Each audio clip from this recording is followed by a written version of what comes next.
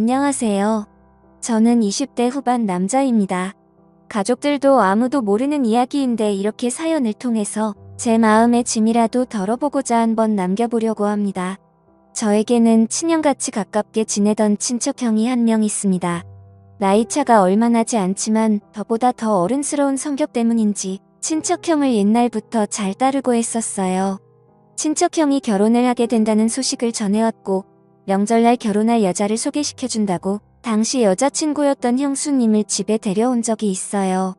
형수님을 처음 본 그날에 저는 정말 그 자리에서 거품 물고 기절할 뻔했습니다. 왜냐하면 형수님은 당시에 가족들하고 떨어져 혼자 자취 생활을 하고 있던 저와 깊은 사이였던 여자였기 때문입니다. 결혼할 애인이 있다는 건 알았지만 그게 다른 사람도 아니고 바로 저의 친척형이라고는 정말 꿈에도 생각해 본 적 없었거든요. 형수님도 저를 보고 많이 당황했습니다. 눈동자가 떨리면서 제 시선을 피하려고 노력하더라고요. 온 가족이 모여있던 그날 형수님은 제 쪽으로는 고개 한번 돌리지 못하고 있었습니다. 혹시나 제가 아는 척이라도 할까봐 좌불안석 당황하고 있다는 게 제가 눈치를 챌 정도로 티가 났으니까요. 아무튼 친척형은 그날 저녁에 이제 여자친구도 집에 가봐야 하지 않겠냐며 형수님을 데리고 일찍 집에서 출발했습니다.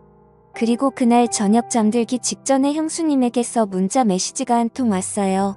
제발 우리 관계를 비밀로 해달라고요. 저도 친척형의 행복을 바라는 사람이고 괜히 가족들 사이에서 시끄럽게 일 만들기 싫다고 그렇게 하겠다고 약속을 했습니다. 형수님하고 제가 만나게 된 건 제가 자취생활을 하면서 대학교 졸업을 준비하던 당시였습니다. 원래는 타지에서 고생하는데 집이라도 좀 괜찮은 곳에서 사는 게 좋지 않겠냐고 해서 부모님이 조금 지원을 해주셔서 투룸 빌라를 월세로 빌려서 살고 있었는데 졸업반이 되니까 공부한다고 어디 놀러 다니기도 뭐하더라고요. 일단 졸업부터 하고 나서 신나게 놀 생각이었는데 대학교를 졸업해버리면 부모님 지원도 끊어질 것 같아서 부모님 몰래 살던 투룸 빌라를 떠나 작은 원룸촌으로 이사를 했습니다. 월세가 차이가 있기 때문에 그 돈을 모아서 졸업 후에 놀러 다닐 때 쓸 계획이었어요.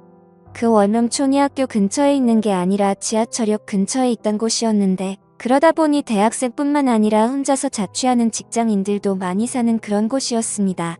아무튼 그쪽으로 이사해서 지내고 있었는데 학교에서 졸업과제 준비한다고 늦게까지 남아있다가 새벽이 다 되어가는 시간쯤에 귀가를 한 적이 있었는데 제 방으로 올라오는 계단 구석에서 만취해서 정신 못 차리고 있는 여자가 한 명 있었어요. 계단이 층에서 층으로 올라갈 때 한번 꺾이는 부분이 있잖아요. 거기 구석에 쪼그려 앉아 있어서 저는 거기에 사람이 있을 거라고는 상상도 못했고 그 여자를 발견했을 때 머리로 얼굴을 가리고 앉아 있어서 비명을 지를 만큼 깜짝 놀랐습니다. 보통 그런 데서 사람이 있을 거라고 생각하고 계단을 올라가는 사람은 없을 것 아니에요. 술에 뻗어있는 여자라는 걸 확인하고 놀란 가슴을 진정시킨 뒤에 그냥 지나쳐갈까도 했는데 당시에 워낙 뒤숭숭한 뉴스도 많이 나오고 해서 그냥 두고 갈 수가 없더라고요. 무슨 정의감 때문에 그랬는지는 모르겠는데 작은 센서등 하나로 계단을 비추는 작은 불빛이었지만 그 불빛이 그녀의 아름다움을 보여주기에는 충분했습니다. 뇌리에 강하게 기억될 만큼 아름다운 그녀의 외모 때문에 저도 모르게 그녀를 흔들어 깨워보려고 했습니다. 술을 얼마나 마신 건지 아무리 흔들어 깨워도 일어나지 않길래 포기하고 두고 갈까도 했는데 눈을 감고 있는 모습이 잠자는 숲속의 공주가 이런 느낌이지 않을까 하는 생각이 들 정도로 예뻐서 자리를 떠날 수가 없었습니다. 다행히 얼마 안 있어서 그녀가 깨어났어요. 정신이 드냐고 물어봤는데 술 기운이 아직도 한가득인 건지 눈을 반쯤 개슴츠레 뜨고 있는 모습이 정신을 차린 것 같지는 않았습니다. 그러더니 갑자기 화장실에 가고 싶다고 하는 거예요. 그녀에게 몇 호에 사느냐고 물어봤는데 알려주지를 않아서 계단에다가 실수를 하게 만드는 것보다는 낫겠지 싶어서 그녀를 부축해서 제 방으로 들어갔습니다. 한참이 지났는데도 물 내리는 소리도 들리지 않고 화장실 문 너머 안쪽은 쥐죽은 듯이 조용하더라고요. 무슨 일이 있나 걱정이 되어서 조심조심 문을 열어서 안쪽을 살펴봤는데 다행히 별일은 아니었고 화장실을 가고 싶다던 그녀는 그냥 화장실에서 다시 잠에 들어 있었습니다. 원룸인데 화장실이 커봐야 얼마나 크겠어요. 그 좁아터진 화장실에 낑겨 있는 것처럼 옹색하게 잠든 모습을 보니 잠이라도 편하게 재워야겠다는 생각에 다시 그녀를 들쳐업고 나와서 그녀를 제 침대에 눕혔습니다. 덕분에 침대까지 빼앗겨버려서 저는 차가운 바닥에서 잠을 청해야 했어요. 다음날 아침이 되고 나서 아주 한바탕 난리가 났습니다. 저도 피곤했어서 세상 모르고 자고 있었는데 그녀가 저를 걷어차더니 너 뭐하는 자식이냐, 여긴 어디고 나를 왜 여기에 데리고 온 거냐 하면서 소리를 고래고래 지르더라고요. 입고 있던 옷도 그대로고 정말 털끝 하나 건드리지 않았다는 건 누구보다 그녀가 더 잘 알 텐데 저한테 그렇게 나오는 꼴을 보니 제가 괜히 도와줬다는 생각까지 들 정도였습니다. 난리법석을 피우는 그녀에게 자초지종을 설명하고 제 방에서 잠들게 된 이유까지 설명해주니 그제서야 그녀가 미안해하면서 고개를 숙인 채 아무 말도 하지 못하고 있었습니다. 그녀는 그 원룸촌 근처 건물에서 사는 사람이었는데 술에 만취해서 건물을 잘못 찾아와가지고 집에는 결국 못 들어가고 계단에서 뻗어버린 거라고 하더라고요. 그녀에게 그래도 만난 게 저라서 다행이지 않겠냐고. 다른 사람이었으면 아주 큰일 날 수도 있었다고. 빈정대니 그녀가 또 고개를 숙인 채 아무 말도 못하면서 부끄러워하는데 술에 잔뜩 취해서 일어난 사람치고 그 모습이 너무 예뻐서 저도 그녀를 더는 괴롭히지 말아야겠다는 생각을 했습니다. 그녀를 집에 돌려보내고 나니 한바탕 난리통을 겪은 걸 생각해보니 그녀가 자꾸 생각나더라고요. 이 원룸으로 이사오고 나서 여자가 드나든 건 그녀가 처음이었고 은은하게 남아있는 그녀가 쓰는 향수의 잔향이 남아서 그런가 그날 내내 자꾸 그녀가 떠올랐습니다. 베개에 묻어있는 그녀의 머리카락 몇 가닥 때문에 제 방에 여자가 다녀갔다는 사실이 더욱 더 진짜처럼 느껴졌어요.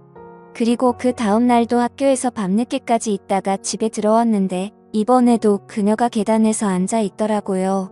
이번에는 술에 취한 게 아니고 한 손에는 비타민 음료 한 상자를 들고 있었습니다.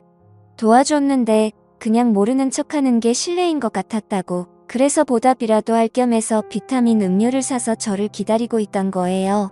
제가 언제 돌아올 줄 알고 기다리고 있었냐 물으니 오늘 안 들어왔으면 내일이라도 다시 올 생각이었다고 하는데 그녀는 예쁜 얼굴만큼 됨됨이도 괜찮고 마음이 참 착한 사람이구나 하는 생각이 들었습니다.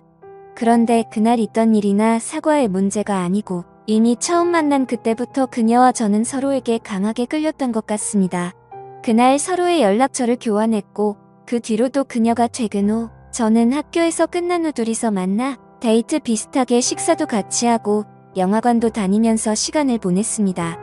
그렇게 몇 번 밖에서 만나다가 식사도 언젠가부터 그녀가 직접 차려준 밥을 먹고 영화도 영화관이 아니라 한 명이 겨우 누울 만한 침대에 누워서 노트북을 사용해서 영화를 보고 그런 식이었습니다. 정말 자연스럽게 어느 순간부터는 매일 아침 같은 공간에서 아침을 맞이하는 연인 같은 관계가 되어 있었습니다.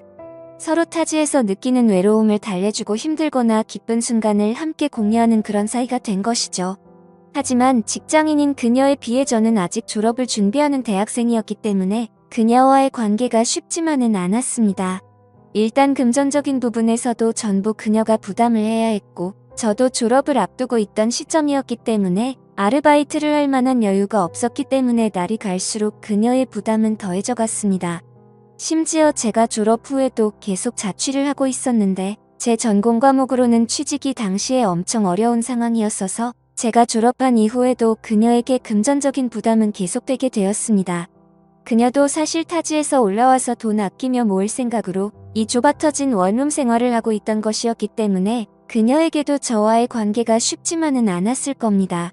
그녀와 저는 정말 첫눈에 강하게 끌려 불같이 사랑했지만 그때 당시의 현실의 벽을 이겨낼 방법은 전혀 보이질 않았고 결국 자격지심에 찌든 저와 현실의 벽에 부딪힌 그녀는 서로가 행복하게 잘 지냈으면 좋겠다는 합의와의 이별을 하게 되었습니다.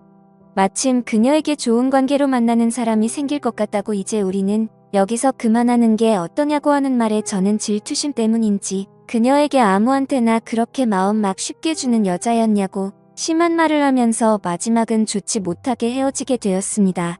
그래도 같은 원룸촌에 살아서 그런지 마주치기 싫어도 마주치는 날이 생기더라고요. 밤늦게 집에 들어가는데 그녀가 어떤 남자와 나란히 서서 걸어가는 모습을 보고 저도 그녀를 놓아주기로 생각했고 이 원룸촌에서 지내는 것보다 본가로 돌아가는 게 낫지 않겠냐 하는 생각이 들어 원룸 생활도 정리하고 고향으로 돌아왔습니다.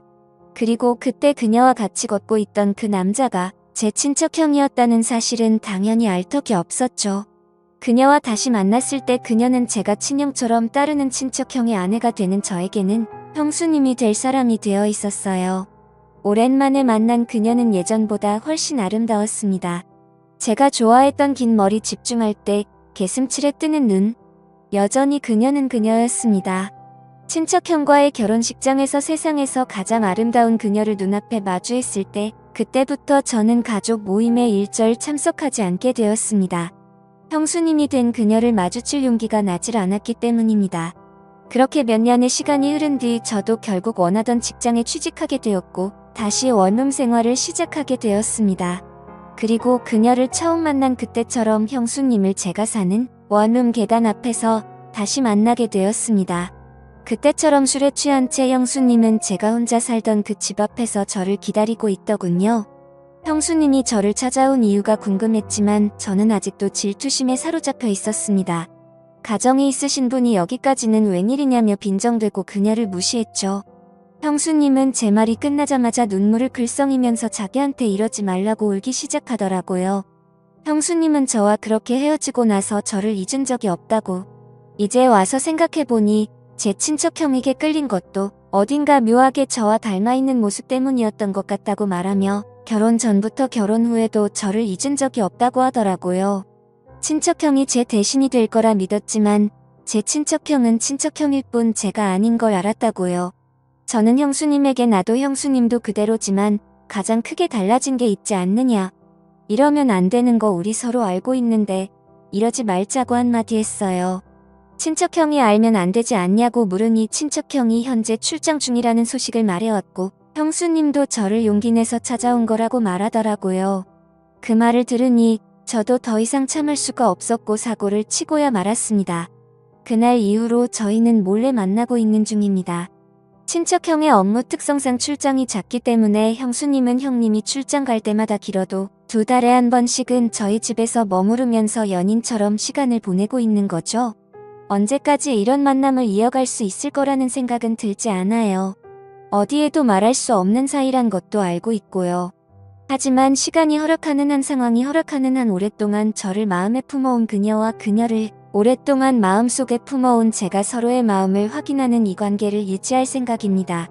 언제가 될지는 모르지만 나중에는 가족들에게도 이 사실을 알려야 할 시간이 올 수도 있지 않을까 걱정도 되네요. 지금까지 제 사연을 읽어주셔서 감사합니다.